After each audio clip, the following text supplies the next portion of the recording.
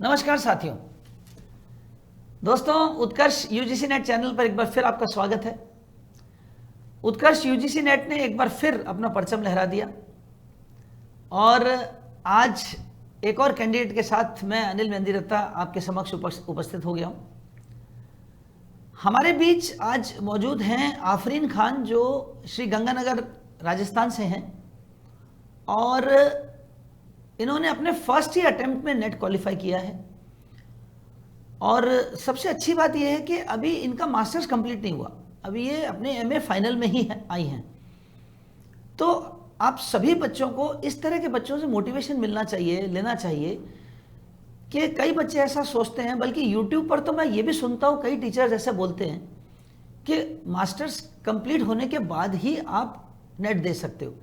तो ऐसे टीचर्स तो शायद मुझे लगता है उनको नेट का फुल फॉर्म नहीं पता होगा या नेट का भी दिया नहीं होगा उन्होंने। नेट का एग्ज़ाम हम मास्टर्स करते के दौरान दे सकते हैं और इवन प्रीवियस में दे सकते हैं, और बल्कि अब तो 4 ईयर ग्रेजुएशन प्रोग्राम में अगर आप हैं और फाइनल ईयर में हैं तो भी आप दे सकते हैं। 7 सेमेस्टर 8 सेमेस्टर में आप हैं तो आप दे सकते हैं।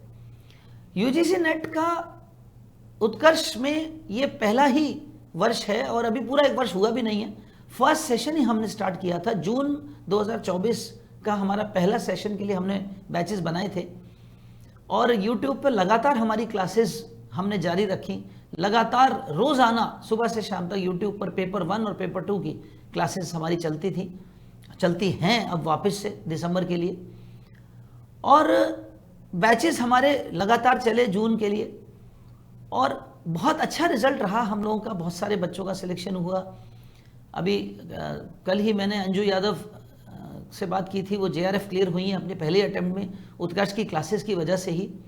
और आज हमारे समक्ष एक और बच्चा है आफरीन खान, जो कितनी अच्छी बात है कि अपने मास्टर्स के दौरान ही नेट क्वालिफाई हो गई हैं।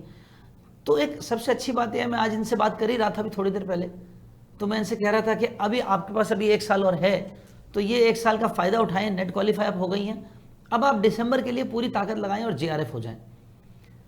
तो मैं अब ज़्यादा समय नष्ट न करते हुए आफरीन को आपके सामने बुलाना चाहूँगा और ये आपको बताएंगी अपने सफलता की जर्नी। और दूसरी बात, जो डूज एंड डोंट्स होते हैं, जो नए बच्चे हैं जो पहली बार नेट दे रहे हैं, उनके सामने अपना एक्सपीरियंस मैं चाहूँगा आफरीन शेयर करें। तो आफरीन, स्वागत है आपका। आफरीन खान हमारे समक्ष आ चुकी हैं। Thank you sir. हाँ, तो I warmly welcome Afreen and on this Utkarsh platform. And first Afreen Khan, tell me about yourself, tell us all about yourself.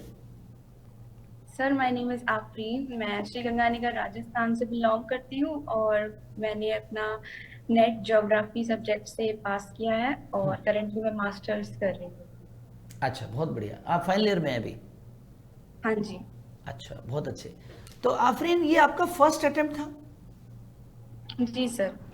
तो आपको फर्स्ट अटेम्प्ट में क्या क्या, मैं 2 बातें जानना चाहूँगा। पहली तो क्या क्या परेशानियाँ आई आपको, और फिर मैं दूसरी बात पे आऊँगा। पहले आप एक बात बताइए। परेशानियां तो सर काफ़ी आती हैं बिकॉज जैसे? यूजीसी नेट का जो सिलेबस है वो अपने आप में बहुत वास्ट है। हाँ, बिल्कुल। उसको लिमिटेड टाइम में कवर करना सब मतलब बहुत चैलेंजिंग हो जाता है, हाँ। टाइम मैनेज करना। हाँ। बट अगर आप कंसिस्टेंटली चीज़ों को करते हैं तो वो भी मैनेज हो जाता है। बहुत जो भी अच्छे। करते हैं। तो आपको ये तो हो गई परेशानियाँ। अब आपको क्या क्या चीज़ें ऐसी लगी जो आपकी स्ट्रेंथ थी?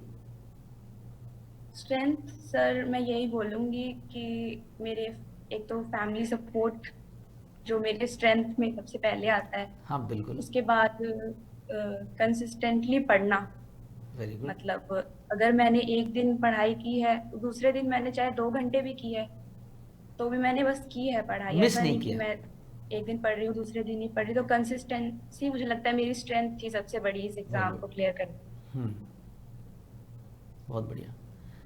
आफरीन, आप यूजीसी नेट के आपके जो चिन्हों पर चलने वाले दूसरे स्टूडेंट्स हैं उनको क्या संदेश देंगी? क्या डूज एंड डोंट्स हैं जो करने चाहिए इन स्टूडेंट्स को, ताकि ये भी अपने पहले अटेम्प्ट में ही नेट क्वालिफाई कर लें? सर सबसे पहले तो जब हम प्रिपरेशन शुरू करते हैं तो हमारे पास बहुत सी चीजें होती है पढ़ने को। हम सोचते हैं हम यहाँ से भी पढ़ ले, यहाँ से भी पढ़ ले, बट सबसे पहले तो हमें अपने रिसोर्सेज को लिमिट करना पड़ेगा। और चाहे आप थोड़ा पढ़िए पर उसको बार बार बार बार पढ़िए, प्लस PYQs को आप बार बार लगाइए। अगर आप ये चीजें करते रहेंगे तो आराम से आई थिंक UGC नेट निकल सकता है, JRF भी हो सकता है अगर आप एक ही चीज को बार बार बार बार करें, क्योंकि हम ज्यादा चीजों के पीछे नहीं भाग सकते। ठीक बात है। सिलेबस बहुत बड़ा है, यूजीसी नेट का सिलेबस बहुत वास्ट है। बिल्कुल सर। और इतने वास्ट सिलेबस को कवर करने के चक्कर में आप बहुत सारी चीज़ें जो हैं वो ढंग से नहीं कर पाते। जी सर, ऑथेंटिक बुक्स के साथ हमें लगे रहना चाहिए, उसके अलावा तो मुझे लगता है कि कुछ नहीं चाहिए हमें। आपका ज्योग्राफी सब्जेक्ट था? हाँ जी सर। तो ज्योग्राफी की कुछ ऑथेंटिक बुक्स आप बताना चाहेंगी हमारे दर्शकों को? जी सर, जी जी बिल्कुल। तो सर फिजिकल ज्योग्राफी जो है, जिसके अंदर हमारी 4 यूनिट्स आ जाती हैं पहली, तो उसके लिए मैं यही कहूँगी सविंद्रा सिंह बेस्ट है। उसके अलावा तो कुछ नहीं पढ़ना है आपको, आप सविंद्रा सिंह पे स्टिक रहिए पूरी तरह से। फिर ह्यूमन ज्योग्राफी के लिए हम मतलब बहुत सारे सब्जेक्ट्स हैं उसके अंदर, अलग अलग सेटलमेंट है, पॉपुलेशन है, तो उसके लिए आप यूट्यूब से, जैसे हमारे उत्कर्ष पे अंकित सर पढ़ा रहे हैं, तो उन्होंने ह्यूमन ज्योग्राफी के मॉडल सारे कवर अप कर दिए हैं। अगर आप देखो तो वहां से आप अपने मॉडल्स को कर सकते हैं, देन उसके क्वेश्चंस लगाइए, आराम से हो जाएगा ह्यूमन वाला पार्ट। और अगर हम इवोल्यूशन ऑफ ज्योग्राफिकल थॉट्स की बात करें तो उसके लिए हमें माजिद हुसैन सर की बुक है, वो पढ़ लीजिए।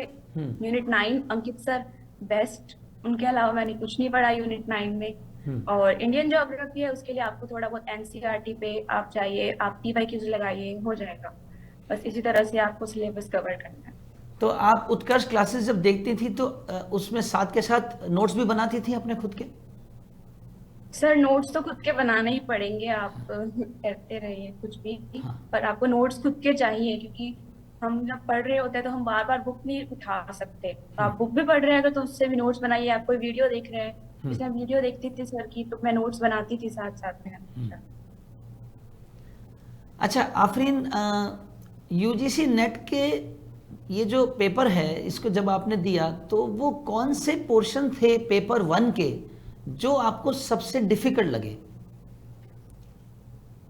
सर मैं पर्सनली बताऊं मेरा, तो मुझे मैथ्स DI वो वाला पार्ट बहुत डिफिकल्ट लगता था, तो उस पर मैंने थोड़ा कम ध्यान दिया। बाकी जो थियोरेटिकल पार्ट है, जैसे कि टीचिंग, रिसर्च हो गया, ICT कम्युनिकेशन, लॉजिकल रीजनिंग, उन पे मैंने थोड़ा फोकस किया ज्यादा, क्योंकि वो मेरी स्ट्रेंथ है एक तरह से।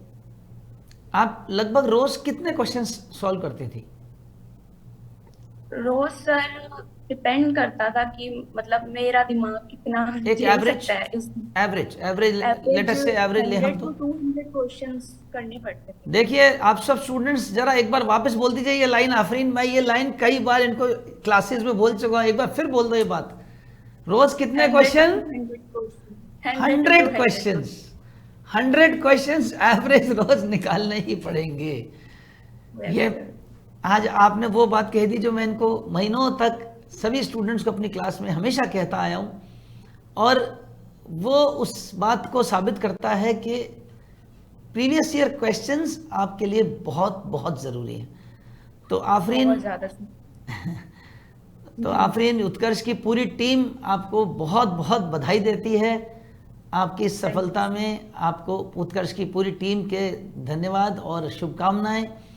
और आपके लिए भी पूरी टीम ये कह रही है, उनकी तरफ से मैं मैसेज दे रहा हूँ, आप दिसंबर के एग्ज़ाम में पूरी ताकत से लग जाइए।